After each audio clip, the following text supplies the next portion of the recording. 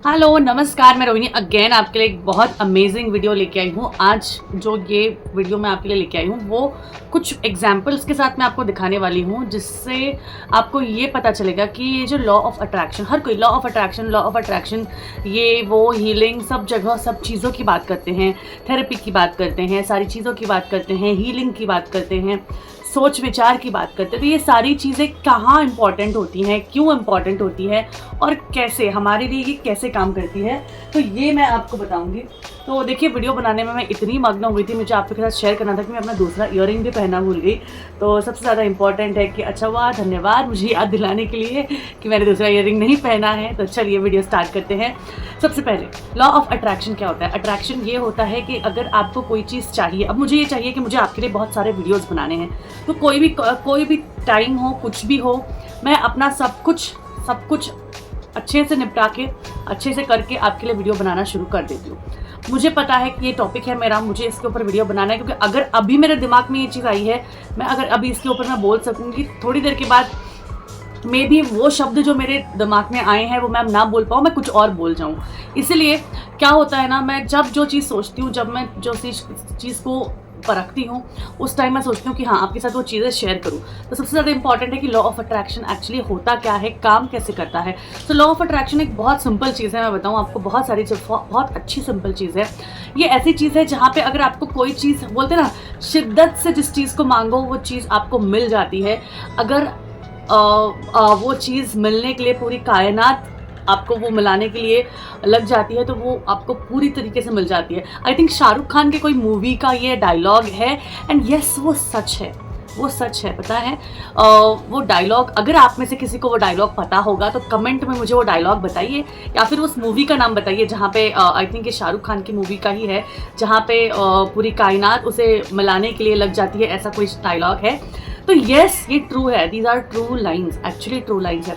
अब मैं आपको बताती हूँ कैसे। मैंने आपके अपने लास्ट वीडियो में बताया था कि मेरी खुद की लव स्टोरी नहीं बोलूँगी, मेरी खुद की स्टोरी जिसमें मुझे 2-3 एग्जाम्पल्स हैं एक्चुअली। मेरी एक जो गोल्ड की एग्जाम्पल था, एक मेरे मतलब बहुत बड़े बड़े यूज वाले लॉ ऑफ अट्रैक्शन वाले हैं ना, जैसे बोला जाए तो एक मेरे रिलेशनशिप के लिए एक है, दूसरा जो गोल्ड ज्वेलरी का था वो, एंड तीसरा जिस घर में मैं आज हूँ।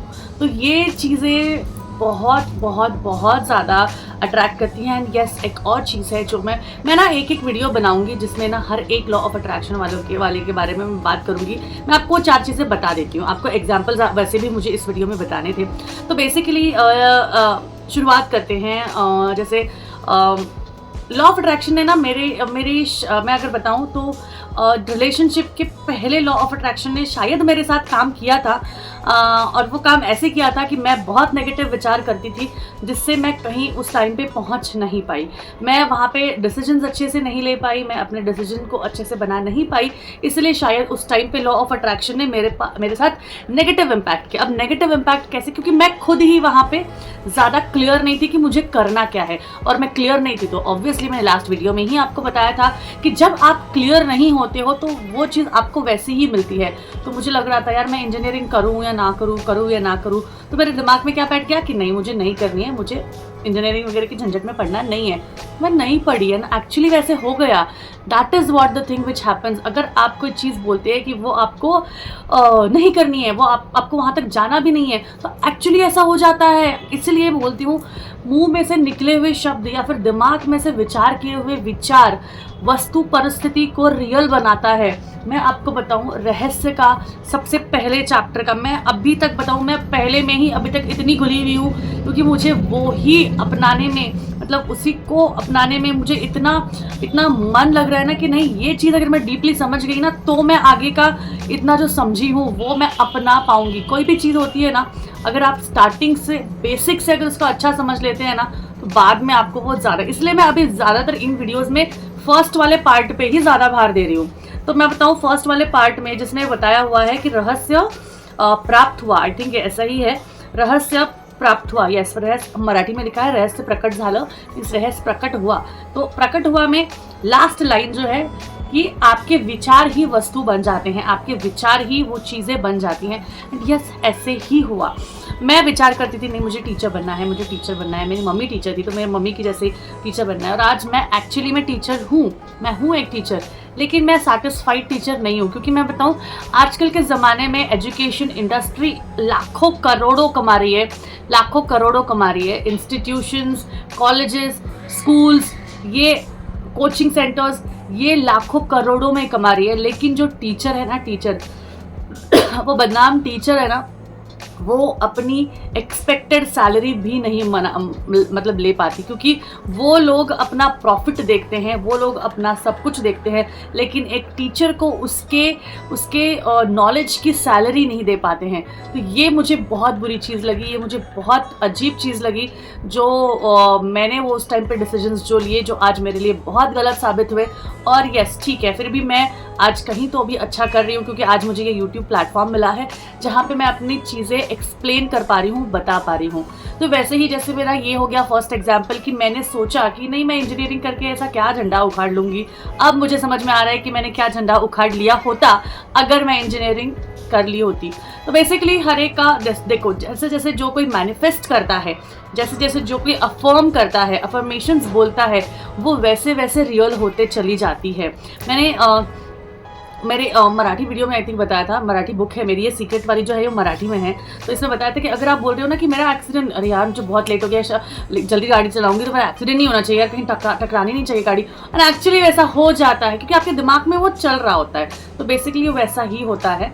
तो अपने विचारों को थोड़ा सा काम रखिए एंड देन, क्योंकि विचार बनाए वस्तु स्थिति, ऐसा बोला जाता है। तो अब ये हो गया मेरा एक एग्जाम्पल। दूसरा एग्जाम्पल है, जैसे मैंने शादी का मैंने बताया था कि 1 नहीं 2 नहीं 3 नहीं 4 बार मैं अपने पार्टनर के साथ मिली अनजाने में, और वो मे भी जाने अनजाने में बोल सकती हूँ मैं। और फिर उसी से रिलेशनशिप, जो पार्टनर लाइफ पार्टनर हम बन जाते हैं, ये एक एग्जाम्पल हो गया। दूसरा एग्जाम्पल उसके बाद मैंने ये सोचा था कि मतलब एक ज्वेलरी का एग्जाम्पल है कि मुझे एक ज्वेलरी, गोल्ड ज्वेलरी बहुत पसंद आई थी, और उस टाइम पे उसका कॉस्ट कुछ 62,000 जा रहा था। एंड उसी के साथ मुझे एक और ज्वेलरी, मतलब जो गोल्ड की झुमकी होती है वो, एंड ऊपर की बाली होती, मतलब जो पट्टी होती है, वो मुझे पसंद आई थी। उसका कॉस्टिंग कुछ 23,000 to 25,000 जा रहा था उस टाइम पे। 2014 2014 या 2015 के अराउंड, आई थिंक 2015 के पहले ही। तो उस टाइम पे मैं आपको बताऊं, उस टाइम पे वो उतने पैसे भी नहीं थे मेरे पास। फिर भी कहीं ना कहीं से उन पैसों की जोड़ हुई। कैसे हुई, क्या हुई, मैं आपको तभी तो भी एक वीडियो में ज़रूर बताऊंगी। कहीं से तो वो पैसों की जोड़ हुई। फर्स्ट स्टेप मैंने वो झुमके खरीदे।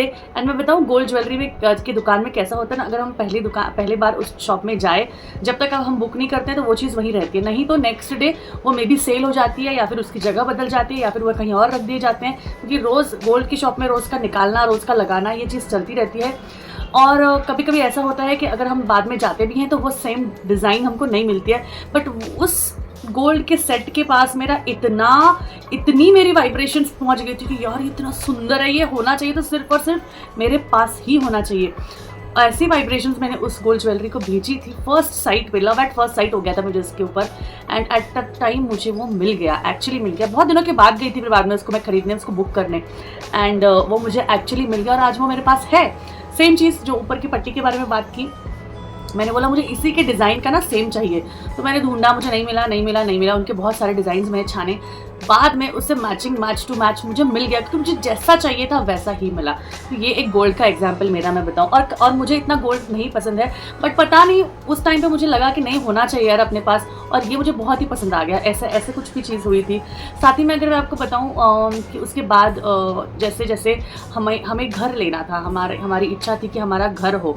तो घर के लिए तो हम लोग प्लानिंग कर रहे थे। तो हमारा चल रहा था कि हम एक 2 BHK फ्लैट खरीदेंगे, क्योंकि हमारा ऐसा मानना था कि अभी जैसे लाइक फैमिली बड़ी है, पहला 1.5 वगैरह BHK था।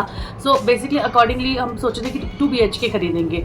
लेकिन पता नहीं कहाँ से, किस विचार से, किस सोच विचार से हमने हमारे फ्रेंड्स के साथ एक बार ऐसे ही बोलते बोलते, मैंने तो भी ऐसा बोल दिया था, मतलब हमने ऐसा डिसाइड किया था, बोल दिया था कि नहीं अगर हम नए घर में जाएंगे ना तो वो 3 BHK फ्लैट ही होगा।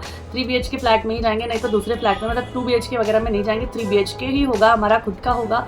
और वो ऐसा ही होगा, ऐसे सोचा था। लेकिन फिर भी जब हम लोग घर ढूंढ रहे थे तो हम 2 BHK ही ढूंढ रहे थे। बट मेरे मन में ना कहीं तो भी वो कॉर्नर में था कि नहीं यार, मुझे 3 BHK ही चाहिए। मैं बहुत सारे घर देखती थी, उस साइड के 3 BHK भी देखती थी, बट वो मुझे पसंद नहीं आते थे, पता नहीं। लेकिन हम ढूंढते गए। हमने फर्स्ट साइड जहाँ देखी वहीं से हम लोग फिर रिटर्न उधर ही आए। लेकिन उधर ही मुझे एक अच्छा खासा, जहाँ पे सिर्फ पूरी बिल्डिंग में एक ही 3 BHK फ्लैट होता, वो मुझे मिला। फुल वास्तु के हिसाब से अच्छा, सबके हिसाब से अच्छा, एंड जैसा चाहिए था वैसा अच्छा।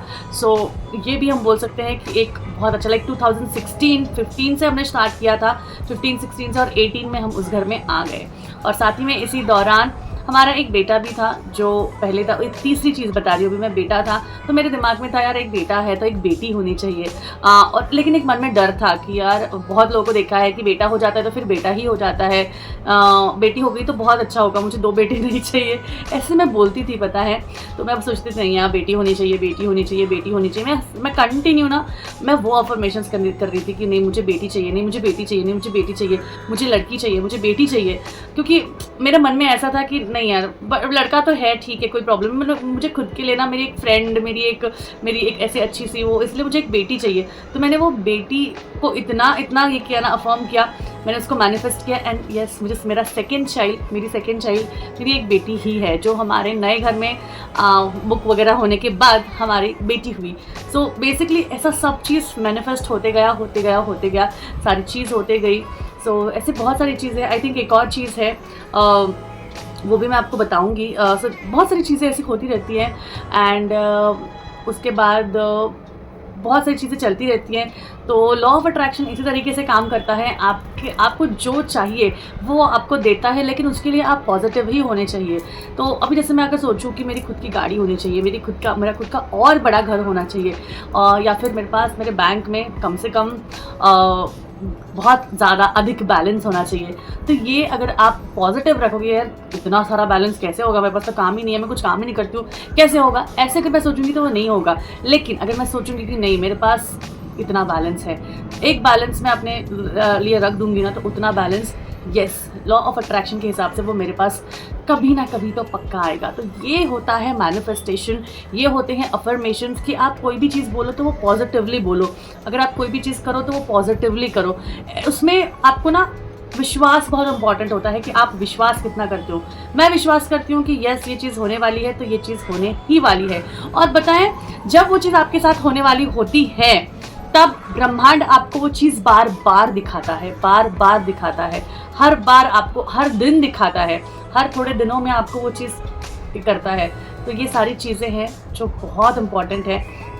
आप ज़रूर इसको ट्राई कीजिए। आपके जीवन में आप चाहे ना चाहे, आकर्षण का नियम आपके जीवन पे लागू पड़ता है। इससे अच्छा आप पॉजिटिव हो जाइए, आप पॉजिटिव अफर्मेशंस अपने दिमाग में रखिए, आप अच्छा बोलिए, आपके जीवन में अच्छा होते जाएगा। तो बस यही था आज का वीडियो। अच्छा लगा होगा तो ज़रूर लाइक करना, शेयर करना, चैनल को सब्सक्राइब करना। मिलते हैं एक और नए वीडियो में। Till then take care, see you soon and